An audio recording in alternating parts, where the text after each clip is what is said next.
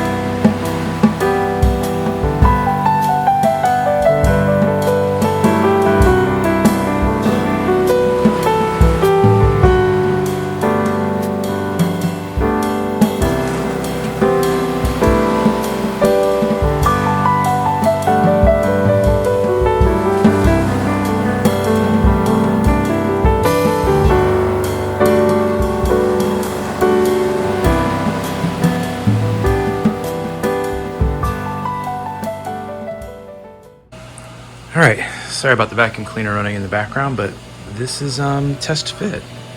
I've done a couple panels, trying them different ways.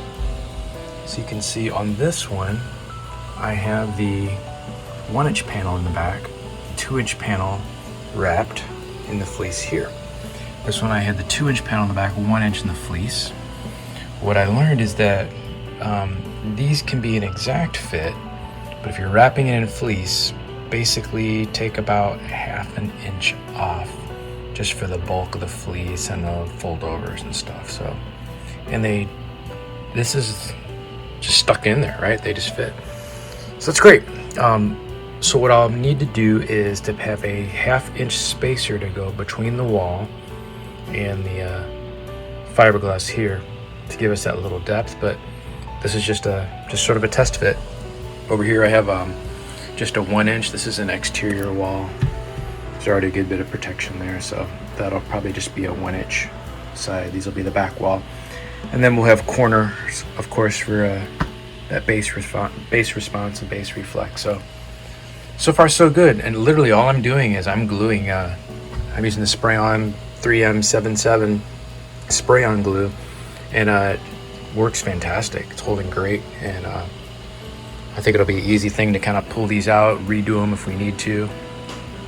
I'm not even sure I'm going to anchor them. I may in time anchor them, but we'll see.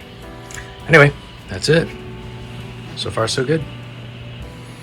All right, so I ended up going with the 2-inch fiberglass in the back, and then just gonna go with the 1-inch covers. And I'm literally just sticking them in there and they're just staying, you know, so that's kind of cool.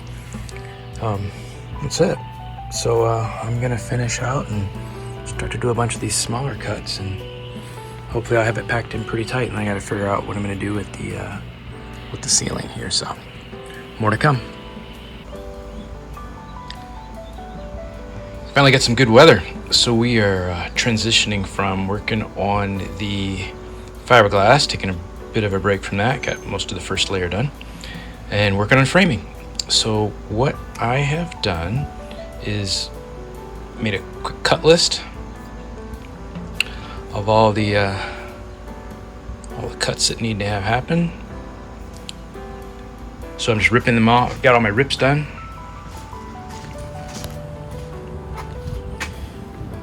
All my rips are done. And from there, popped up the miter saw, ready to rock.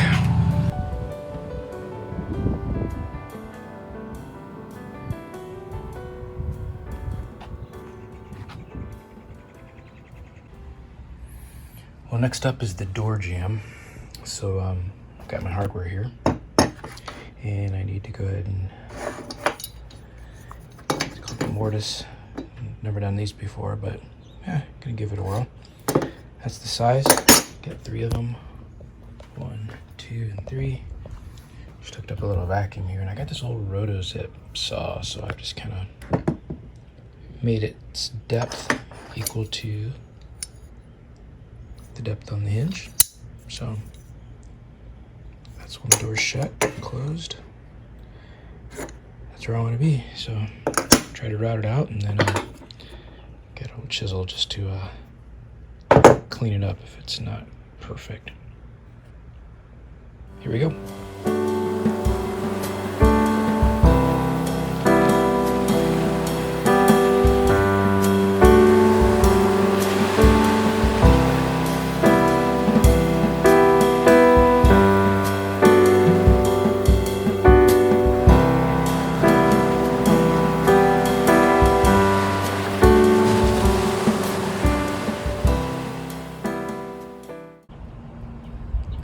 Now it's time to work on the door.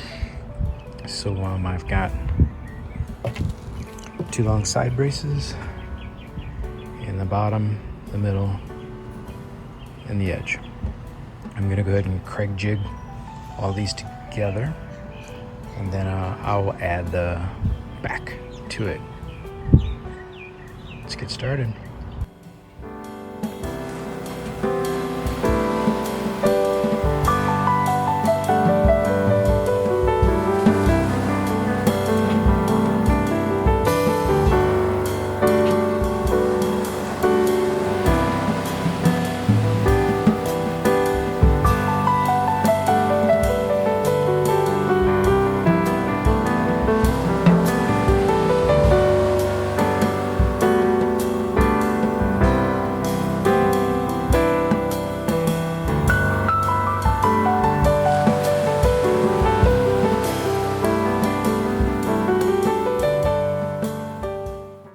Well, here's my current view. This is the front wall.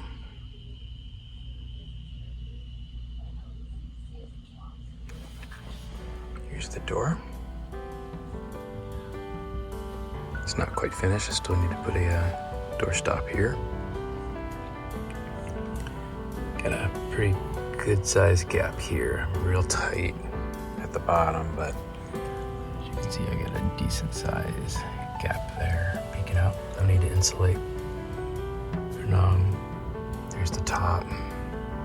There's the back. So I stuck most of the fiberglass insulation just in here, you know, getting it fit.